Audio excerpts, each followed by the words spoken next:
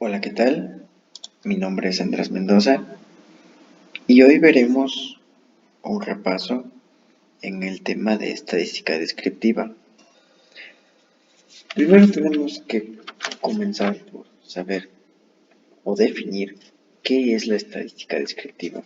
Bueno, la estadística descriptiva es la rama de la estadística que se encarga de concentrar, observar y etiquetar un cúmulo de datos que hemos obtenido de algún evento que tengamos o de alguna población que nos interese, y con la estadística descriptiva podemos encontrar patrones, comportamientos e interacciones de dichos datos.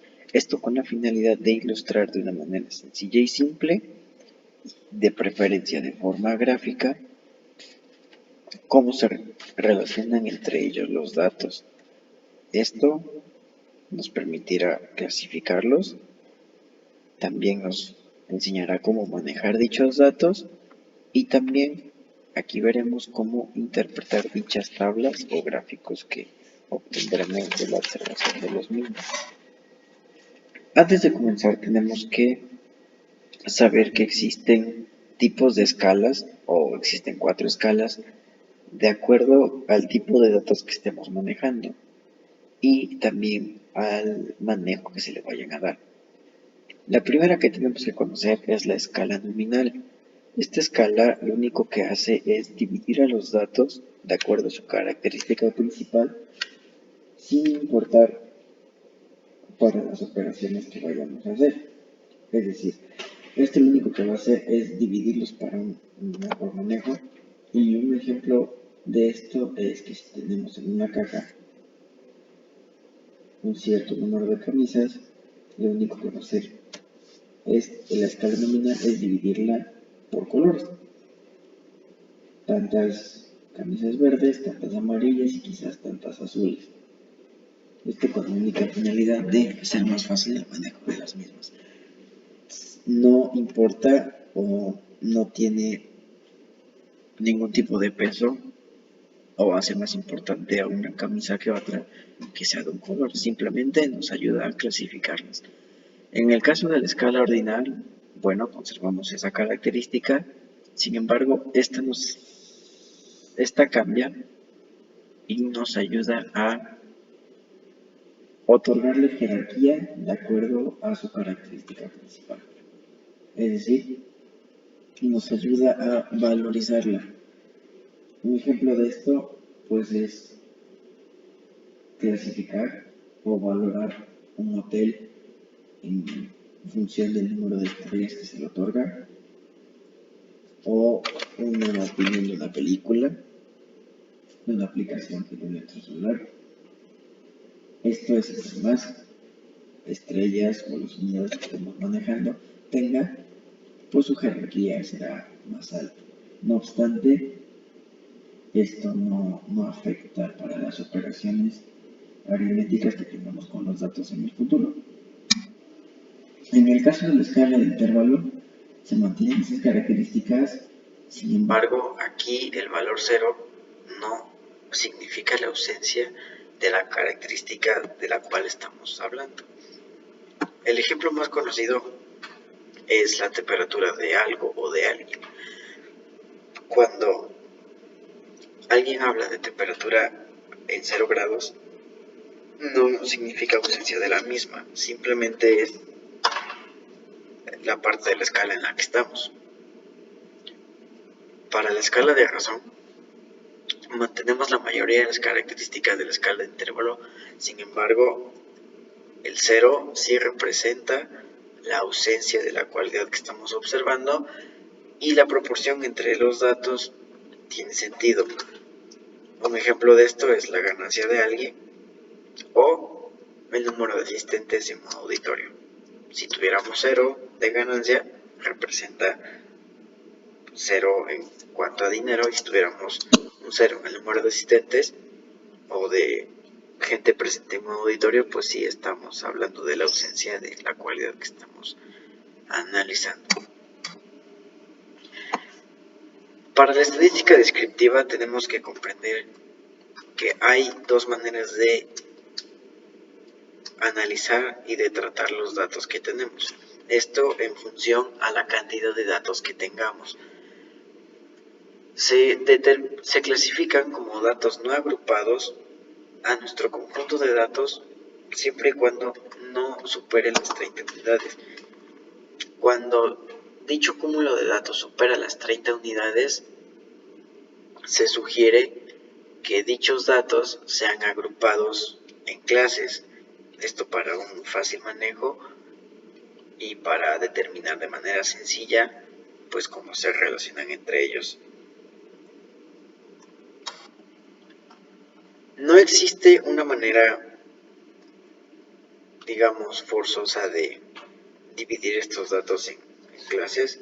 No obstante, tenemos unas tablas o una tabla que nos ayuda a guiarnos sobre cómo dividir nuestros datos.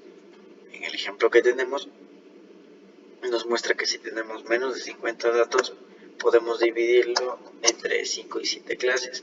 Si tenemos más de 50 datos o de 50 datos hasta 99, podemos dividirlo entre 6 y 10.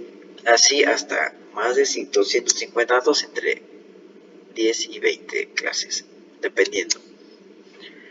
Para determinar la amplitud de dichas clases, sí existe una fórmula, y esta es la siguiente. Amplitud es igual al rango entre el número de clases. Nosotros determinamos el número de clases que vamos a utilizar y el rango lo determina la sustracción del valor mayor que tengamos al valor menor. Cabe aclarar que para obtener estos valores hay que ordenar los datos de menor a mayor. De otro modo, no hay manera de que sepamos cuál va a ser el rango que tenemos y no podremos determinar la amplitud de cada una de nuestras clases. Las medidas de tendencia central tienen como finalidad localizar el punto central de un conjunto ordenado de una variable cuantitativa, es decir, nos va a mostrar de alguna manera el punto medio de alguna cualidad que estemos buscando. Para este caso estaremos viendo la mediana, que se define como el valor que divide al conjunto de datos por la mitad. Es decir, se encuentra justo en medio de todo nuestro cúmulo de datos. La moda se refiere a el dato que más se repite en toda la muestra o en toda nuestra población. Este dato quiere decir que si tenemos 100 datos diferentes y llega un dato 101 igual a uno de los anteriores, pues estos datos serían la moda. No debe confundirse con la mayoría, porque muchas veces la moda no representa a la mayoría. Por poner un ejemplo, si tenemos una población de 15 datos y tenemos dentro de dichos datos o dentro de dicho cúmulo 5 números unos y el resto de los datos son números diferentes, la moda sería 1, porque es el dato que más se repite. No obstante, no sería la mayoría, porque 5 o 5 unos no podrían ser la mayoría de 15, sino por el contrario, los otros 10 datos sí serían la mayoría, porque la mayoría de datos no sería 1, no sería al revés. En el caso de la media aritmética, esta medida de tendencia central es considerada una de las más importantes porque la ocuparemos en el futuro en muchas operaciones debido a sus características. Esta promedia y nos dice alrededor de qué se están moviendo todos nuestros datos y se determina de manera muy sencilla. Tenemos que sumar todos los datos y luego dividirlos y el resultado dividirlo entre el número de datos. Es muy sencillo. La media geométrica es la raíz de la multiplicación de todos los datos, es la raíz enésima de la multiplicación de todos los datos y pues nos sirve para hacer un gráfico como el que tenemos en pantalla. Y la media armónica es el producto del número de datos multiplicado por la suma de los recíprocos. En la pantalla está ejemplificado cómo se tiene que hacer la operación para obtener la media armónica. La media ponderada es una medida de centralización y consiste en otorgar al conjunto de datos un peso de acuerdo a su nivel de importancia. Para este caso particular, nosotros tenemos que agregar algún tipo de jerarquía a cada uno de los datos y luego hacer una operación con base en la jerarquía de dichos datos. Esta es un poco más compleja y un poco menos utilizada. Para las medidas de dispersión, estas sirven como un indicador de desviaciones respecto a la media aritmética. Es decir, nos va a ilustrar cuáles son los picos que tenemos o los extremos a los que llegan nuestros datos en cuanto a desviación se refiere. Una de las medidas de dispersión que tenemos es el rango, que es una medida que ya habíamos visto antes y que nos indica los parámetros, el más alto y el más bajo de toda nuestra población. Y podemos observar que son los extremos respecto a la media aritmética. La desviación media de los valores es la media aritmética de los valores absolutos de las diferencias de cada dato respecto de la media. Es decir, qué tanto se desvía todos los datos, pero promediándolos. Es decir, es el promedio de todas las desviaciones. La desviación estándar mide el grado de diserción de los datos respecto a la media. Se denota como una S cuando es para una muestra o como esta letra griega cuando es para la población, y es la raíz cuadrada de la varianza. La varianza es otro parámetro utilizado para medir la desviación respecto de la media y corresponde a la media aritmética de los cuadrados de las desviaciones respecto de la media aritmética del conjunto de datos. Esto nos va a servir para operaciones posteriores y para manejo de los datos. Las medidas de posición únicamente nos indican el valor de un dato entre todo nuestro cúmulo. Puede ser que dividamos nuestro cúmulo en en 4 partes y vamos a tener 3 partes representativas, que la dividamos en 5 y vamos a tener 4, que la dividamos en 10 y vamos a tener 9 partes representativas, o que la dividamos en 100 y vamos a tener 99 partes representativas. Para esto, estas medidas son llamadas cuantiles y se dividen en cuartiles, quintiles, deciles y percentiles.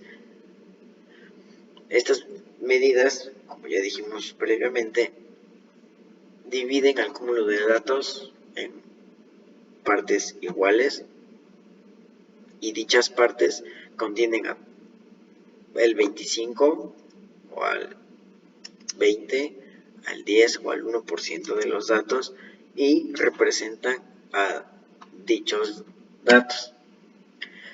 En este ejemplo que tenemos en pantalla, tenemos más de 60 datos desordenados que una vez ordenados quedan como en la parte inferior y ya podemos determinar con esto el rango. Una vez que tenemos el dato inferior que es 2.48, el dato superior que es 2.73, conocemos que el rango es de 0.25. Después de haberlos organizado de menor a mayor, podemos realizar un histograma de frecuencias que nos ilustra cada uno de los datos que tenemos y qué tanto se repite. Nada más de ver este histograma podemos determinar que la moda es 2.61. A su vez, esta tabla es la tabla de la que habíamos hablado al inicio, donde se dividen todos los datos en clases. Para este caso particular tenemos 7 clases, tomando en cuenta la tabla que vimos al inicio, donde tenemos más de 50 datos pero menos de 99, y dividimos nuestro cúmulo de datos entre 7. De aquí empezamos a determinar frecuencia absoluta, frecuencia acumulada, marca de clase y multiplicaciones y dichos datos también elevados al cuadrado, y algunas operaciones que nos son de utilidad para determinar varianza, desviación media, etc. Como pueden ver, esta tabla ya está llena y nuestra amplitud de clase, determinada por la operación que vimos al inicio, es 0.36. Con dichos datos podemos tomar que el promedio es de 2.594 y nuestra varianza es de 0.024. Con esto termina mi presentación sobre estadística descriptiva. Espero les haya sido de utilidad. Y si tienen alguna duda, con gusto se la aclararé en la sección de comentarios. Hasta pronto.